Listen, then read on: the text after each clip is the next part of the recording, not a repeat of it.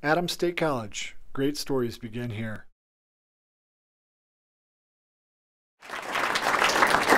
You will be delighted to know that most of the talking will be done by the students and not by those professors.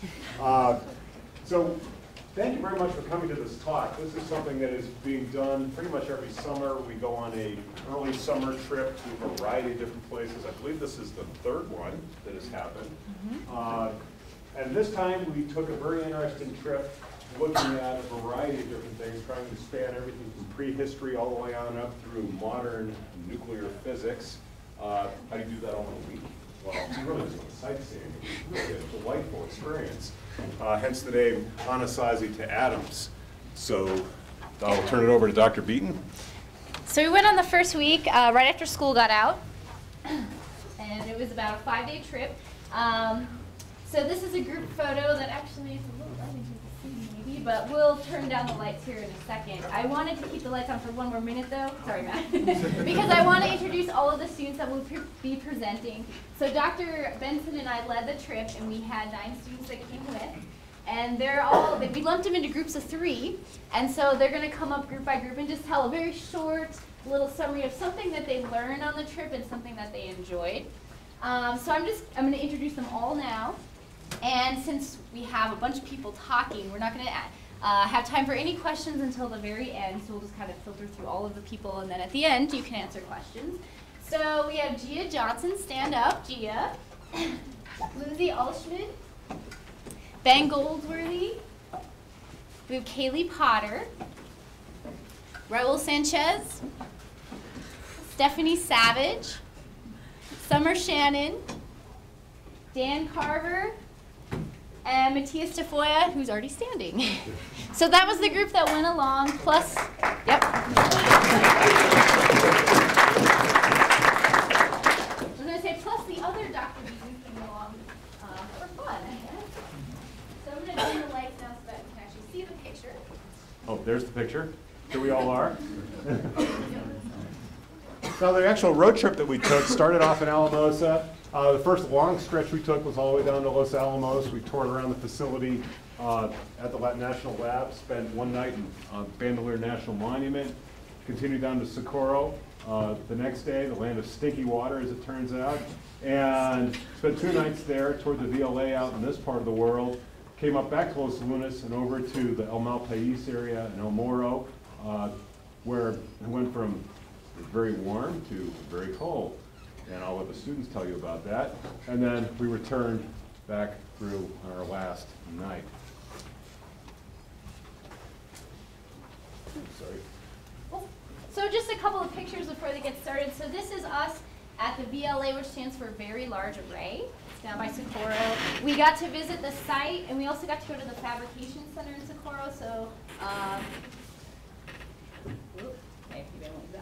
so that's just sort of us touring down and talking to some of the scientists and engineers that were actually fabricating these telescopes. And here's some pictures of us hiking. So that's a lunch spot at El Morro is where we're at there. And it kind of across there was a kind of a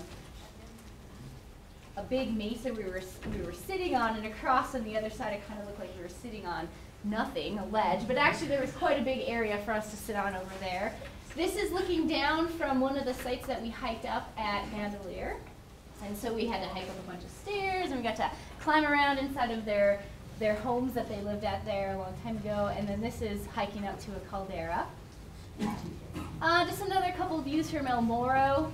So we hiked up this mesa top, and we were kind of looking down at people hiking, and if you zoom in, it's some of the rest of the group hiking down below. So that was a really neat day. And that's just a couple pictures. So I'm going to let the students take over now. We're going to start out with a telescope group. So they're going to tell us all about telescopes. Well, not all about telescopes, but at least a little bit. We had the opportunity to go to an observatory at one of the colleges in New Mexico. And brief history of the beginning of the telescope. The first documented made telescope was in 1608 made by Hans Lippershey. Wow, that's good. This is pictures. The one on the left is hand drawn by Thomas. I believe his name is Thomas Harriot, and the one on the right is by Galileo. One of the major contributions that the telescope made to history was that it proved the Copernican view. Galileo proved the Copernican view correct, or at least more accurate than the Ptolemaic view. The Ptolemaic view is on the left, and the Copernican view is on the right. Prior to the invention of photography, images of celestial objects were drawn, as you just saw. The first photo of the moon was taken in 1839 with the daguerreotype process. This process, while was much better than its previous, had some drawbacks. You weren't able to duplicate images, and there's something else. But you see that these two here, again, the drawings, and then this was the first picture, and you can see a considerable difference in how even the daguerreotype process, which is not the greatest of processes, was still significantly better than the hand-drawn images. After the daguerreotype process, there came wet collodion plates, but this process was not very practical for telescopic photography. Dry plate photography came next, and it had some great advantages, one of which was that you didn't have to immediately develop your pictures. And it became more, the process became more refined, and the 1880 Orion Nebula photo was a 51-minute exposure, and this was the first time that type of photo was taken. On the right is the modern photo of the Orion Nebula. Film was a revolution for photography, but not so much for telescopic photography, just because the field of view wasn't as great. It was easier to use easier to use plates rather than film, and film also distorts easier in extreme conditions than do the plates. The plates can distort, but not as easy as the film. The modern device we use today is the CCD, which stands for Charge Coupled Device. It has many advantages. It's extreme sensitivity to light, so much easier to take pictures. It responds to the entire visible spectrum. And what defects the images from the CCD have can be corrected with software. The constant power supply that the CCD requires causes noise on the images, which is one of its drawbacks. And it doesn't have the same field of view as the plates. Most don't. There are some that do, but those are extremely expensive. One of the things I was interested to learn was that we generally, color photos aren't taken of celestial objects. They are generated from grayscale photos. They use special filters to do this. They take grayscale photos with special filters. They can get the wavelengths from these filters, and by the wavelengths, they generate color photos with special software. This particular photo is an example of the 3 grayscale photos on top were taken with different filters, and along with special software, they were able to create the bottom images. And this one is of the Trifid Nebula. That concludes my portion of the presentation. I will turn it over to Lindsay.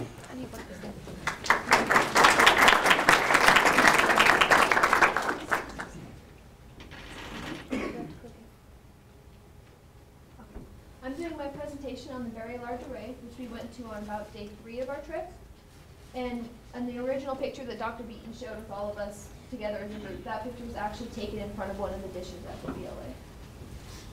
So what are the radio telescopes used for? Well, normally when we look at objects in the sky, we're dependent upon visible light to see them. But radio telescopes are different because they just pick up on radio waves emitted from these objects. So now we can see objects such as quasars, pulsars, that we normally can't see with the naked eye. And we're also learning a lot more about our stars and planets. So how do they work? Well, the dishes of the radio telescope pick up on the radio waves, and then they are reflected to the subreflector, which then channels the waves down into one of 8 feed horns.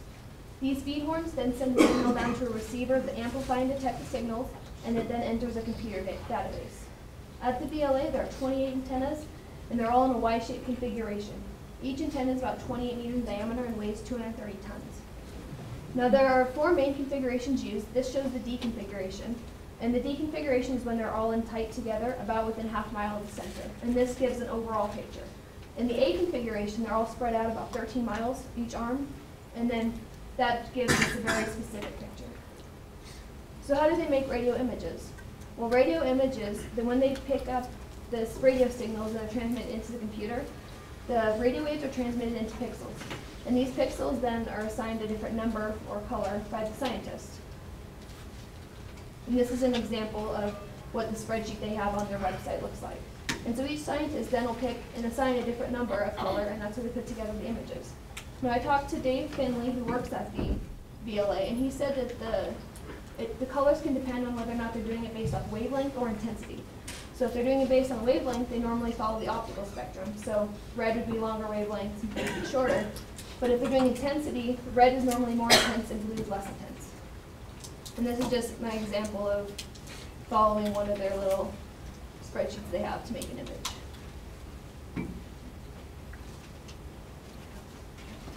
The VLA is also turning into the expanded VLA, which should be done by 2012. And the main difference is there's a lot better quality software and electronics. And it'll have 10 times the sensitivity that the VLA currently has. So it'll be able to detect a lot more objects and learn a lot more.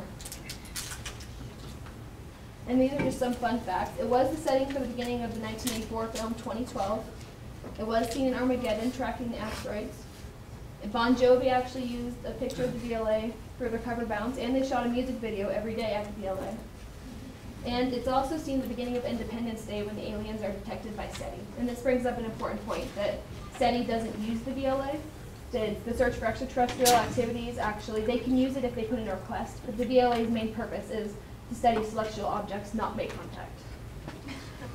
Now it's Benjamin. Speed talk.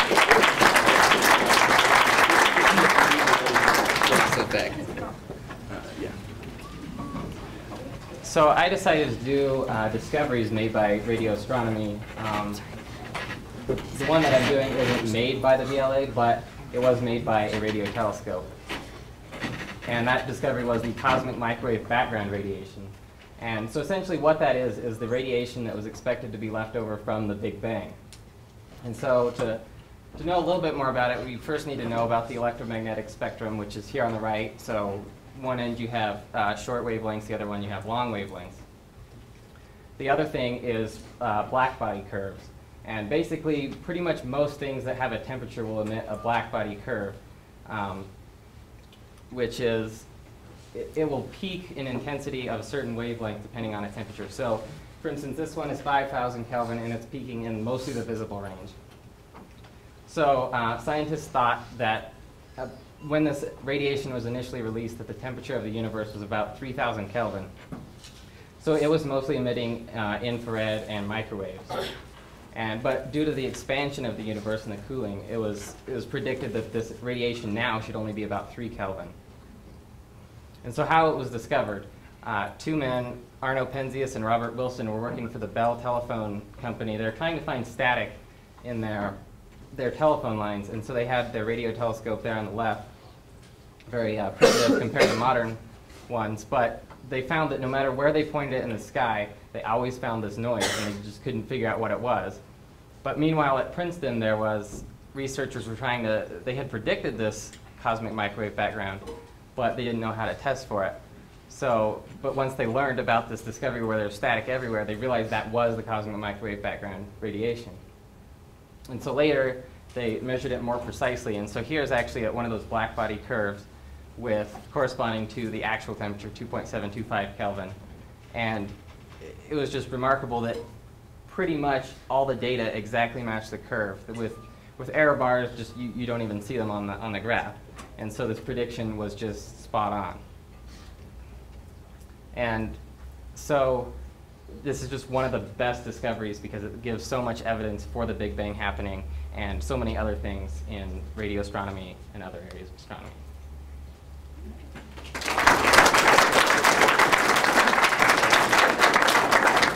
All right, now we're going to have the lava group.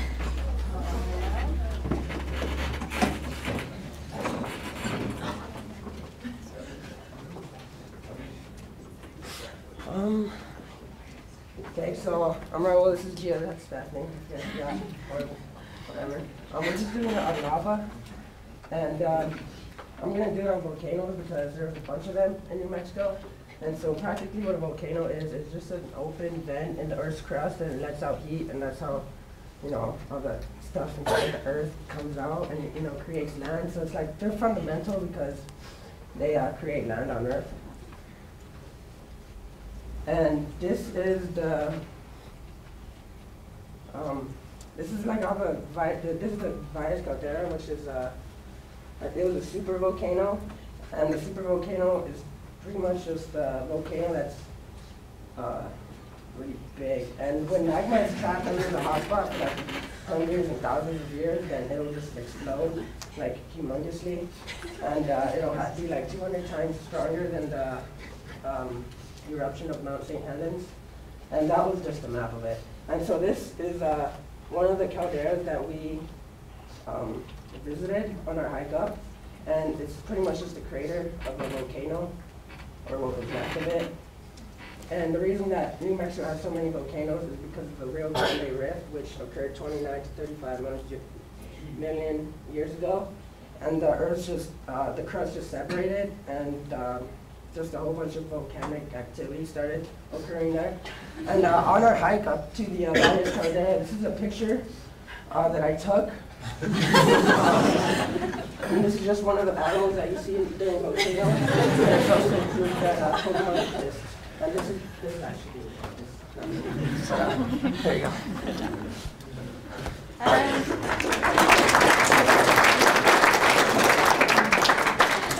So my favorite part of the whole trip was visiting lava tubes. So here's a picture of us inside of the lava tube, looking out at the sun. Lava tubes are formed when the volcanoes are going down mountains. The top layer will harden as it cools, while the bottom's still hot and keeps flowing, so it creates a hollow tube. And that's what we were in. And then some of the lava tubes end up collapsing because the top layer is too thin. So it falls, collapses, it leaves all these rocks. And we were on the side of one of the lava tubes. Devil's Playground was a popular one we saw in El Malpais. The Native Americans named it that way back when. But now it's the bottom is just used, snakes and reptiles tend to live in it. And then nature and lava, as huge lava rocks, over time they break down and it creates a soil where grass and trees and flowers can grow. And this is a picture we saw, or of what we saw there, and it looks like a normal landscape. It also makes it so other animals can come live, even though it's a volcanic area. And then this is, it can be dead, and no nature can live there too. It just depends. Thank you. Different kinds of lava rocks. One is pahoehoe, and lava bombs, which also includes paleoteers. This is and what makes it is that it cools very fast and makes it jagged, less dense, and sharp. And when we were walking through the Devil's Playground, you kind of have to do the toe touch and go to see if it can support your weight. And as you stood on it, your weight would shift. And it was quite interesting, really, to experience. This is pahoehoe, and what pahoehoe is that it typically, as it goes, it cools down slower. And so as it cools, it's allowed to accumulate. And if it was completely flat, it would be like a parking lot. And here, there was an instruction here, so as it slowly grew. And then this is the formation of paleoteers and lava bombs. And as a eruption occurs, it can actually spew out particles and pieces of lava. And the outside will cool faster than the inside. So when it actually hits the ground, you can see the impact and the different texture. And the really small ones are called paleoteers. That's a picture on the top left. I got the pictures from the incident in Hawaii. And some can actually be quite large, the lava bombs. And just to something that we can all relate to, lava bombs can be quite sizable and large, and can actually be the size of an SUV. Thank you.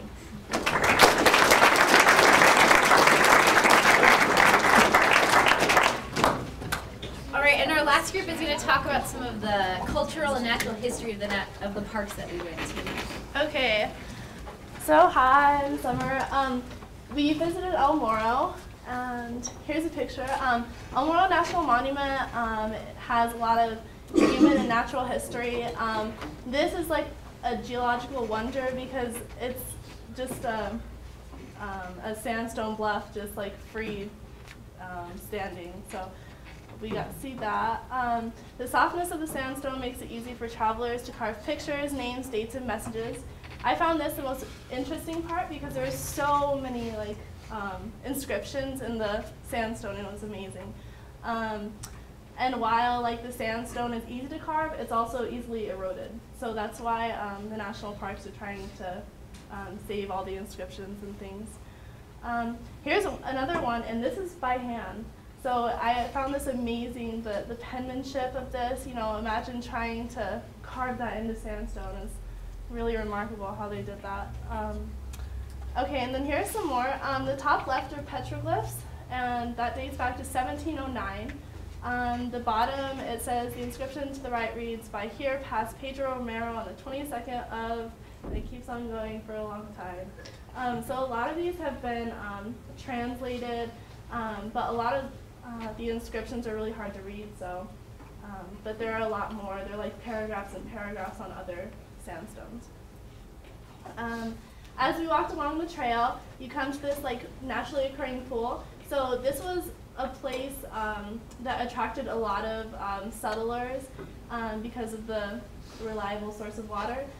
So there's basically like, big cliffs that are like around the pool, and so anytime it rains, it just goes right down into there, and you can see the discoloration of where the water flows. And then we kept walking and for 2 miles, and it includes, once you get to the top, there's these Puebloan ruins, and between approximately 1275 and 1350 AD, 1,500 people lived in this 875-room pueblo. Obviously, this is not as big as the one described there, but there's a lot more of them that we saw. They're really, really, really quite small, so I don't know. It's crazy how the people are small enough to get in there.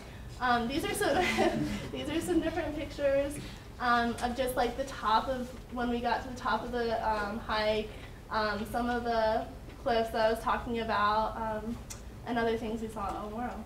So I think that, yeah, that's it.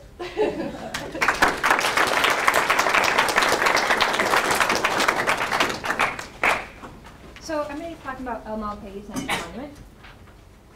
This is a picture of the El Calderon area, and the orange line is a hike that we did.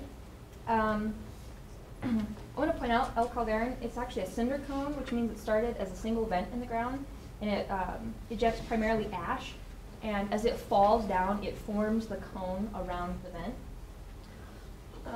This is the bat cave. When we got there, all the caves were closed due to this white nose syndrome. So it's a fungal disease that affects bats. It's thought to have been brought over from Europe by cavers. That's like spores attached to their equipment. And once the fungus is in a colony, it can wipe out the entire colony, so they're really trying to prevent potential spread of this disease. And then all the streaks are rain. This is El Calderon, a picture of the outside. One thing that I noticed that I found particularly interesting was these two distinct colors of lava. So I asked one of the geologists on the trip, why is this one red and the other one black? There's no appreciable difference in how they look. And I got the same answer that I get for every geology question I've ever asked. The answer? Well, it depends. Also note it's a bright sunny day now. So this is a picture of the inside of El Calderon. Not as impressive as the other volcanoes. It's really pretty shallow at this point. And then so as we hiked back out and sat down to lunch, it started to snow. So it's good to know that the valley isn't the only place that you can get rain, snow, and sunny days all in one day.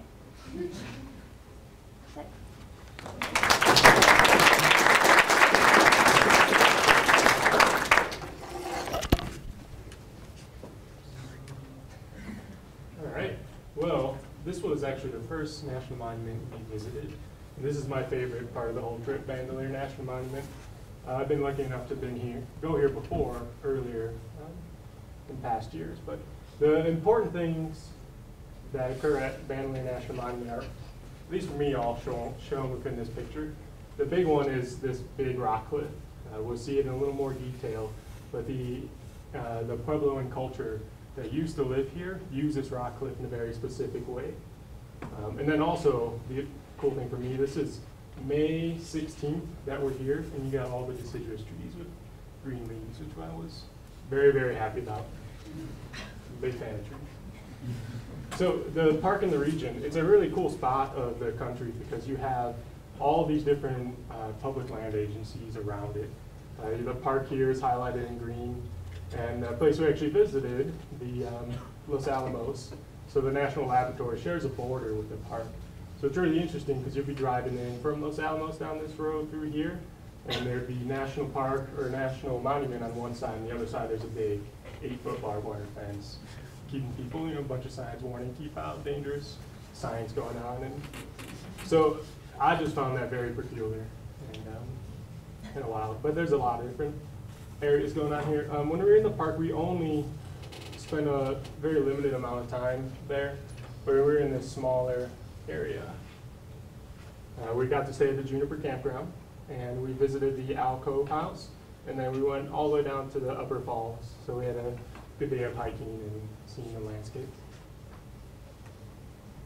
So the ancestral Pueblo people, this is a picture I took from up in the Alcove House, and this was some people coming out of the one of the kivas. So we'll see if they are the ancestral Pueblo people or not.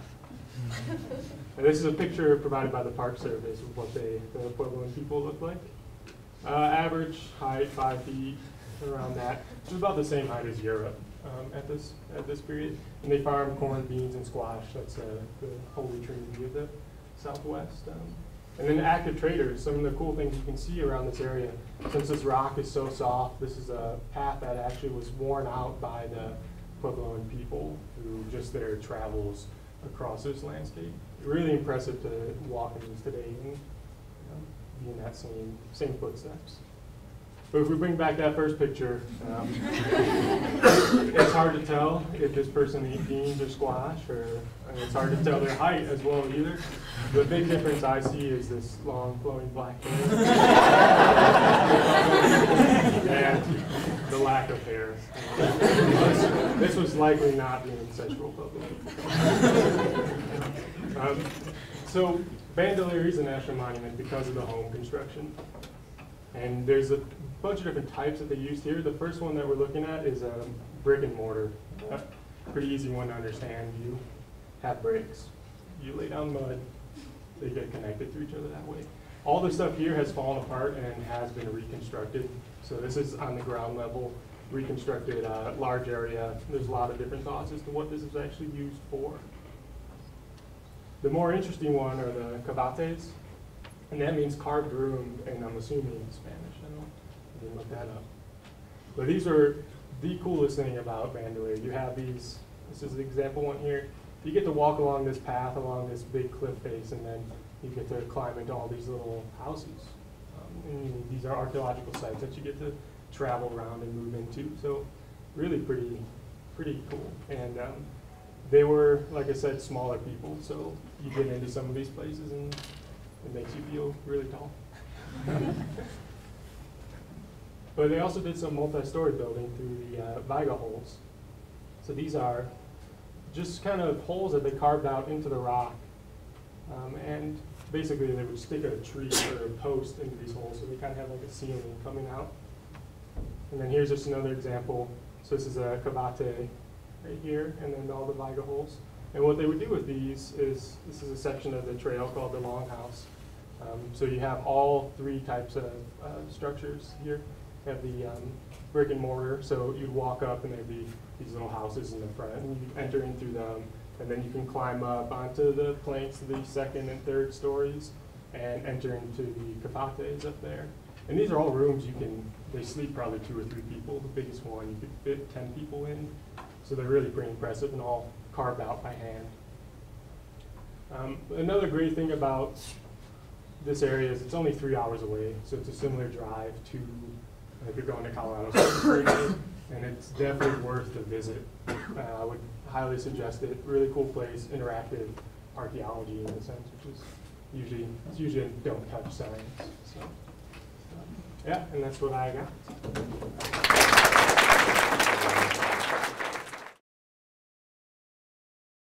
Adams State College. Great stories begin here.